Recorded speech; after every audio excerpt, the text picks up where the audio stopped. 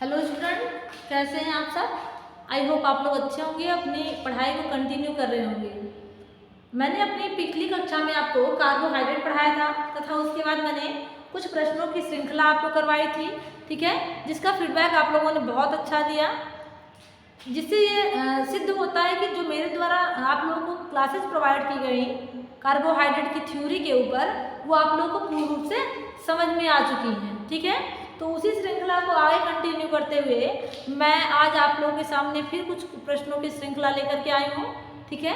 अगर ये क्लासेस आपको अच्छी लगे तो प्लीज़ लाइक, शेयर और सब्सक्राइब अवश्य करें और वीडियो के अंत तक अवश्य बने रहें, ठीक है। चलिए अपने क्लासेस को हम स्टार्ट करते हैं। पहला क्वेश्चन है, पाइरुवेट की प्राप्ति कहाँ से होती है, ठीक है। पहला क्वेश्चन है कि पाइरुवेट की प्राप्ति कहाँ से होती है, अर्थात पाइरुवेट हमें मिलता कहाँ से है। तो मैंने आपको पिछली कक्षा में बताया था बेटा कि पाइरुवेट एक क्या है, इंटरमीडिएट प्रोडक्ट होता है। क्या है कहेंगे, इंटरमीडिएट प्रोडक्ट है। जब ये मिलता कहाँ से है तो हम जानते हैं कि ये इंटरमीडिएट प्रोडक्ट मिलता है जब किसका विघटन होता है, तो कहेंगे जब हमारे शरीर में ग्लाइकोलिसिस होती है। कौन सी क्रिया, ग्लाइकोलिसिस होगी और ग्लूकोज टूट जाएगा। ग्लूकोज टूट करके हमें पाइरुवेट का अणु देता है। क्या देता है, कहेंगे ग्लूकोज टूट करके हमें पाइरुवेट का अणु प्रदान करता है। अर्थात पाइरुवेट की प्राप्ति कहाँ से हुई, तो कहेंगे पाइरुवेट की प्राप्ति ग्लूकोज के अणुओं से होती है, ठीक है। तो इस प्रकार से इस क्वेश्चन का जो राइट आंसर होगा वो ग्लूकोज होगा। अगले क्वेश्चन पे चलते हैं। अगला क्वेश्चन हमारा कह रहा है कि नेशनल पोषण सप्ताह कब मनाया जाता है, ठीक है। नेशनल न्यूट्रिशन वीक कब मनाया जा रहा है, नेशनल पोषण सप्ताह कब मनाया जा रहा है। तो हम आपको बता दें कि जो हमारा राष्ट्रीय पोषण सप्ताह मनाया जाता है वो 1 सितंबर से लेकर के 7 सितंबर तक, ठीक, 1 सितंबर से लेकर के 7 सितंबर तक सन 2022 से, ठीक है, सन 2022 से प्रारंभ होकर के 1 सितंबर से लेकर के 7 सितंबर तक प्रति वर्ष मनाया जाता है, ठीक। नेशनल न्यूट्रिशन जो सप्ताह या वीक मनाया जा रहा है, कब मनाया जा रहा है बच्चों, कहेंगे 1 सितंबर से लेकर के 7 सितंबर तक मनाया जाता है। तो इस प्रकार से इस क्वेश्चन का जो राइट आंसर होगा वो आपका ऑप्शन नंबर 1 हो जाएगा। अगला क्वेश्चन है, पोषण किसे कहते हैं। हमने आपको पिछली कक्षा में बता दिया था कि न्यूट्रिशन किसे कहेंगे, ठीक। तो पोषण किसे कहते हैं, यही आपका क्वेश्चन है, बहुत इजी क्वेश्चन है, ठीक है। पोषण पहला आपका ऑप्शन है जो मानव के द्वारा ग्रहण किया जाए वो पोषण कहलाएगा। दूसरा है जिसको खाया जा सके या जिसका सेवन किया जा सके, जिसका पाचन हो जाए। अगला आपका ऑप्शन है जिसका पाचन और अवशोषण हो सके, और लास्ट ऑप्शन आपका है जो प्राप्त हो सके। तो पोषण का अर्थ यह होता है कि वह वस्तुएं या वह खाद्य पदार्थ जिनको मानव अपने मुख के द्वारा ग्रहण करने योग्य हो, मानव के अंगों के द्वारा पाचन करने योग्य हो, तथा उस पाचन के फलस्वरूप जब हमको पोषक तत्वों की प्राप्ति हो तो उसे क्या कहेंगे, उसे हम जो है पोषक तत्व या पोषण कहते हैं। इस प्रकार से इसका राइट आंसर हो जाएगा जिसका पाचन और जिसका अवशोषण मानव के द्वारा किया जा सके उसे क्या कहेंगे, उसे हम पोषण कहते हैं, ठीक है। तो इसका सी ऑप्शन राइट ऑप्शन है। अगला क्वेश्चन है, ग्लूकोज किस प्रकार की शर्करा है ना। ग्लूकोज क्या है, किस प्रकार की शर्करा है। तो मैंने आपको अपनी पिछली कक्षा में बताया था बेटा कि ग्लूकोज क्या है, ग्लूकोज एक प्रकार की मोनोसेकेराइड होती है, ठीक है। क्या होता है, ग्लूकोज एक प्रकार की मोनोसेकेराइड है। अब मोनोसेकेराइड का औचित्य क्या होता है, मोनो का अर्थ होता है एक, सेकेराइड का अर्थ होता है शुगर, ठीक है। सेकेराइड का अर्थ क्या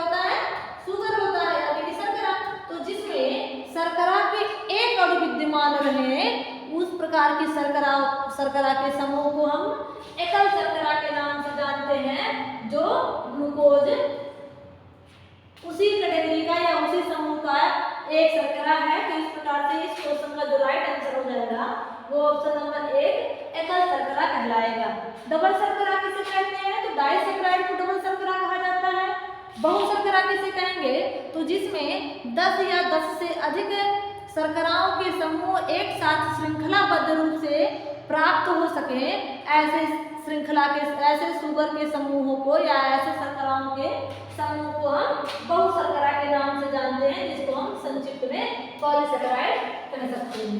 ठीक है, अगले क्वेश्चन पे चलते हैं। अगला क्वेश्चन कह रहा है कि क्वाशियोरकर रोग की खोज कब की गई?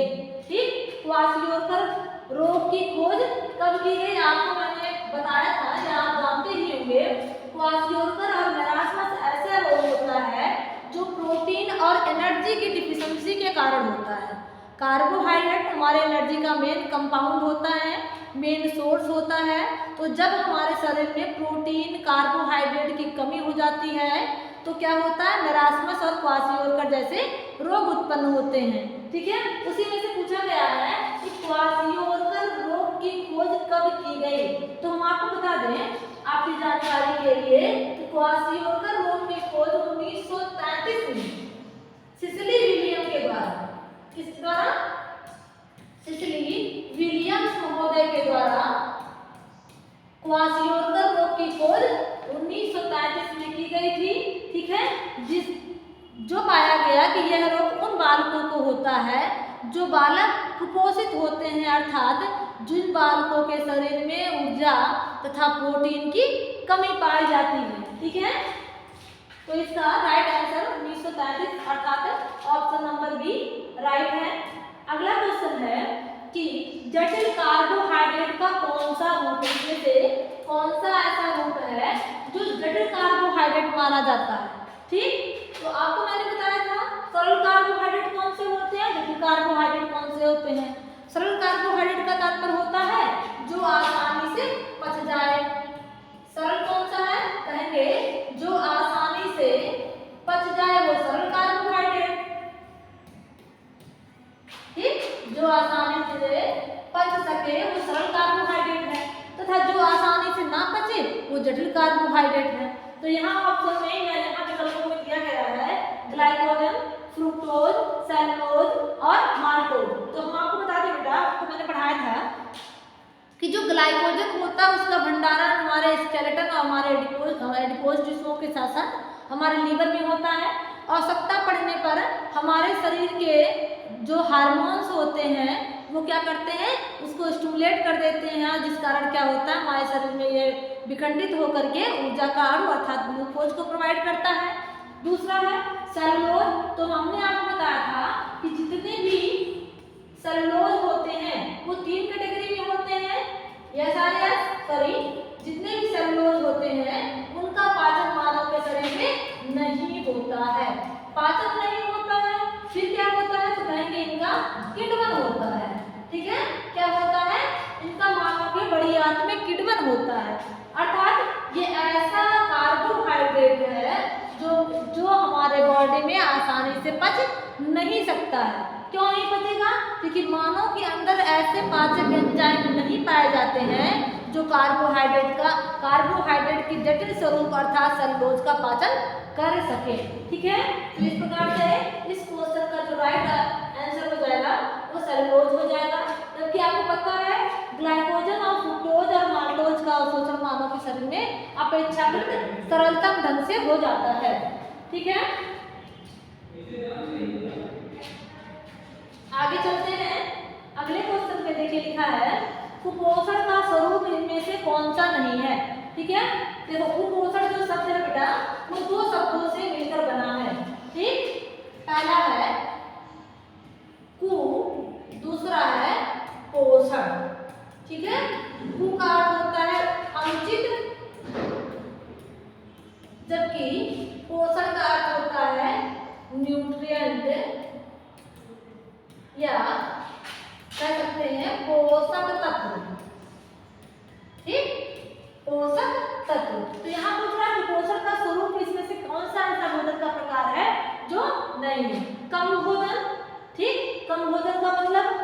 अनुचित, जो बैलेंस में ना हो, वो तो कुपोषण हो ही जाएगा। अगला है अनुचित भोजन, अर्थात यहाँ पर क्वांटिटी है बट क्वालिटी नहीं है। ठीक है, जैसे हम फास्ट फूड खा करके अपना पेट भर लें, है ना, या जंक फूड खा करके हम पेट भर लें, तो उसे जो है सुपोषण नहीं माना जाएगा। अगला है संतुलित भोजन, बैलेंस डाइट। तो बेटा बैलेंस डाइट जो होता है ये कुपोषण का, या कह सकते हैं कुपोषण का रूप नहीं होता है। ठीक, बैलेंस डाइट किसका रूप होता है, कहेंगे बैलेंस डाइट पोषण का भाग माना जाता है, पोषण का रूप माना जाता है, ना कि कुपोषण का रूप माना जाता है। ठीक है, इस प्रकार से इस आंसर का जो इस क्वेश्चन का जो राइट आंसर होगा वो संतुलित भोजन हो जाएगा। संतुलित भोजन कुपोषण का रूप कभी नहीं होता है, जबकि अनुचित भोजन यानी कि जो हमें नहीं खाना चाहिए उसका सेवन हम कर रहे हो, या कम भोजन जितना हमारी बॉडी की रिक्वायर हो, नीड हो, उससे कम हम इंटेक करें, है ना, तो इन दोनों को बेटा कुपोषण की श्रेणी में रखा जा सकता है। ये हमारे बॉडी में जो हमारी डेली की नीड होती है उसे फुलफिल नहीं कर पाते हैं। जबकि संतुलित डाइट का मतलब होता है, बैलेंस डाइट का अभिप्राय होता है ऐसी डाइट जिसको ग्रहण करने के बाद हमारी बॉडी में जितने भी जैव रासायनिक क्रियाएं होती हैं वो सभी सुचारू रूप से संपन्न हो सके। ठीक है,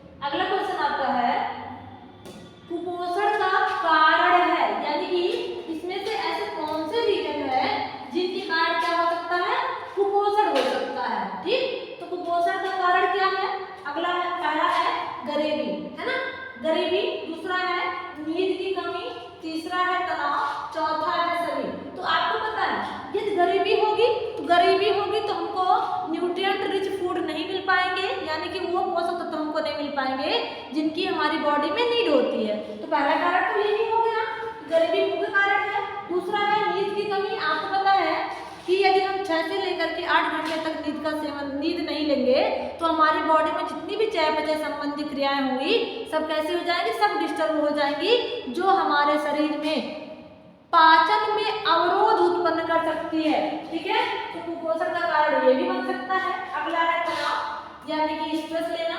तो तनाव में क्या होता है, जब भी मानव तनाव की जो स्थिति में आता है तो उसकी बॉडी में कुछ ऐसे हार्मोन्स निकलते हैं जो क्या करते हैं, उसके शरीर में चयापचय संबंधी विकार उत्पन्न कर सकते हैं। इसीलिए इस क्वेश्चन का यदि राइट ऑप्शन देखें तो डी वाला ऑप्शन, अर्थात सभी ऐसे कारण हैं जो कुपोषण का कारण बनने के लिए उत्तरदायी सिद्ध हो सकते हैं। ठीक है, अगला क्वेश्चन देखते हैं, लिखा है रासायनिक तत्वों के आधार पर, रासायनिक तत्व के आधार पर खाद्य तत्व कितने होते हैं, यानी कि केमिकल जो है के बेस पर, रासायनिक तत्वों के आधार पर जो हमारे खाद्य तत्व होते हैं, फूड ग्रुप होते हैं, वो कितने होते हैं। ठीक है, तो बेटा हम बताएं रासायनिक तत्वों के आधार पर जो हमारे खाद्य समूह होते हैं वो 3 होते हैं। कितने होते हैं बेटा, तो कहेंगे कि 3 ऐसे समूह होते हैं जो रासायनिक तत्वों के आधार पर जिनको हम कह सकते हैं कि अगर भोजन को रासायनिक कैटेगरी में केमिकल स्ट्रक्चर के बेस पे बांट दिया जाए तो 3 प्रकार के ऐसे फूड होंगे जो कैसे होंगे, रासायनिक तत्वों के आधार पर मानव के द्वारा ग्रहण किए जाएंगे। ठीक है, अगला क्वेश्चन है नस्वरता के आधार पर खाद्य होते हैं, अर्थात पैलेसेबिलिटी बेस ऐसे कौन से फूड होते हैं जो पैलेसेबिलिटी के आधार पर पाए जाते हैं। तो आपको बता दें कि नस्वरता के आधार पर जो खाद्य श्रेणी होती है वो 3 प्रकार की होती है। पहले को कहते हैं पैलेसेबल फूड, दूसरे को कहते हैं सेमी पैलेसेबल तथा तीसरे को कहते हैं नॉन पैलेसेबल। ठीक है, पैलेसेबल, नॉन और सेमी। ठीक है, 3 श्रेणियां नस्वरता के ठीक है। नस्वरता का तात्पर्य क्या होता है मैडम? तो नस्वरता का तात्पर्य होता है खाद्य पदार्थों के नष्ट होने की श्रेणी। ठीक, खाद्य पदार्थों के नष्ट होने की जो श्रेणी होती है बेटा, वो 3 कैटेगरी में डिवाइड की गई, 3 भागों में बांटा गया। पहला है पेरिसेबल। पेरिसेबल का मतलब होता है वह खाद्य पदार्थ जो जल्दी से नष्ट हो जाए। ठीक, दूसरा है सेमी पेरिसेबल। सेमी पेरिसेबल की श्रेणी में वह खाद्य पदार्थ आते हैं जो जल्दी नष्ट नहीं होते, अर्थात कुछ समय या अल्प समय के लिए हम उनका भंडारण कर सकते हैं। अगला है नॉन पेरिसेबल। तो नॉन पेरिसेबल का तात्पर्य होता है ऐसे भोज्य पदार्थ या ऐसे पदार्थ जिनका भंडारण हम लंबे समय तक कर पाए। तो इस प्रकार से नस्वरता के आधार पर जो खाद्य पदार्थों की श्रेणी डिवाइड की गई है वो तीन प्रकार की होती है। ठीक है, पेरिसेबल, सेमी पेरिसेबल और नॉन पेरिसेबल। ठीक है, तो इस क्वेश्चन का जो राइट ऑप्शन हो जाएगा वो ऑप्शन नंबर सी हो जाएगा, अर्थात 3 प्रकार के नस्वरता के आधार पर खाद्य पदार्थ पाए जाते हैं। ठीक, चलिए अगले क्वेश्चन की तरफ बढ़ते हैं। अगला क्वेश्चन कह रहा है कि कैरोलिन हंट के द्वारा कितने खाद्य वर्गों की अनुशंसा की गई है, या कैरोलिन हंट महोदया ने कितने प्रकार के खाद्य वर्गों के बारे में बताया है। ठीक है बेटा, पहली बात ध्यान रखिएगा, पहला ऑप्शन है 5, दूसरा है 7, तीसरा है 11 और चौथा है 6। तो कैरोलिन हंट महोदया जो थी, इन्होंने 5 खाद्य वर्गों की अनुशंसा की। कितना? 5 खाद्य वर्ग। ठीक, ये कई बार आपसे पूछा गया है। तो खाद्य वर्ग जो 5 प्रकार के हैं वो किसके द्वारा प्रोवाइड किए गए? तो कहेंगे कैरोलिन हंट महोदया के द्वारा, तथा इसका जो सहयोगी संस्थान था वो ICMR था। ठीक है, कौन था? तो कहेंगे कैरोलिन हंट महोदया ने ICMR के साथ मिलकर के 5 खाद्य वर्गों की श्रेणी प्रस्तुत की। ठीक है, 11 खाद्य वर्ग किसके द्वारा दिए गए? तो कहेंगे मैडम 11 खाद्य वर्ग यमएस स्वामीनाथन, डॉक्टर यमएस स्वामीनाथन महोदय के द्वारा 11 खाद्य वर्गों की अनुशंसा की गई। ठीक है, 11 खाद्य वर्ग देने वाले कौन है? तो कहेंगे स्वामीनाथन महोदय, जबकि 5 खाद्य वर्गों के बारे में अनुशंसा करने वाली कौन है? तो कहेंगे कैरोलिन हंट महोदया। ठीक है, आइए अगले क्वेश्चन पे चलते हैं। अगला क्वेश्चन है कि आहार मूल्यांकन की कौन सा मेथड आहार मूल्यांकन का है? ठीक, आहार मूल्यांकन का मेथड है, पहला है आहार प्रश्नावली, दूसरा है अवलोकन, तीसरा है 24 घंटे रिकॉल मेथड।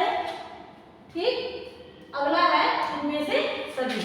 ठीक है, चलिए आपको मैंने बताया है कि जितने भी आहार मूल्यांकन की तकनीकें होती हैं वो इन्हीं 4 तकनीकों पर या इन्हीं तकनीकों पर बेस होती हैं। पहला है आहार प्रश्नावली। आहार प्रश्नावली ऐसी मेथड होती है बेटा जिसके अंतर्गत हमारा जो पेशेंट होता है, जो बीमार व्यक्ति है, वो दिन में कितनी बार खाना को इंटेक कर रहा है, यानी भोजन को कितनी बार ले रहा है, उसके बारे में हम उसकी एक प्रश्नावली तैयार करें, प्रश्नावली की रूपरेखा तैयार करें। अर्थात उसने सुबह नाश्ते में क्या लिया, है ना, नाश्ते में क्या लिया, कितना खाया, ठीक, दोपहर के भोजन में क्या खाया, तथा रात्रि के भोजन में उसने क्या खाया तथा कितनी मात्रा में किन पदार्थों को ग्रहण किया। ठीक है, तो आहार प्रश्नावली में क्या होता है, जो हमारा प्रश्नकर्ता होता है, जिसको हम कह सकते हैं हमारी जो डाइटिशियन होती है, और जो हमारा पेशेंट होता है, डाइटिशियन के द्वारा एक प्रश्नावली तैयार की जाती है जो पेशेंट से पूछती है कि आपने सुबह के नाश्ते में कितना खाना खाया और किन किन पेय पदार्थों को इंटेक किया, दोपहर में कितना और रात्रि में कितना, जिसके आधार पर यह एनालिसिस किया जा सकता है कि जो हमारा पेशेंट है उसने अपने खाने में क्या क्या लिया है, ठीक, और कितनी कितनी मात्रा में लिया है, तथा उसी खाने को सुधार करके या उसी मेथड को सुधार करके हम उसको उपचारात्मक भोजन दे सकते हैं। अगला है अवलोकन विधि। अवलोकन विधि में जो हमारा पेशेंट होता है उसे कोई भी जानकारी नहीं होती है, केवल जो उपचारकर्ता होता है उसका अवलोकन या उसका निरीक्षण करता है। ठीक है, उसका क्या करता है, दूर से निरीक्षण करता है, उसके घर के अंदर रह करके उसका निरीक्षण करता है। अगला है 24 आवर रिकॉल मेथड। इसमें क्या होता है, जो हमारा पेशेंट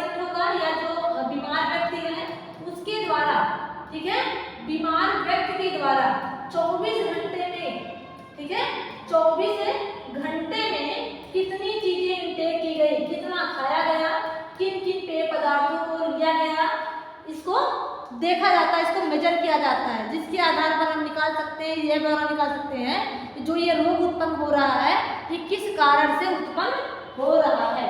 ठीक है, तो इसका आहार मूल्यांकन का कौन सा मेथड है, तो इसके आधार पर डी ऑप्शन यानी कि सभी सही है। ठीक है, आगे चलते हैं।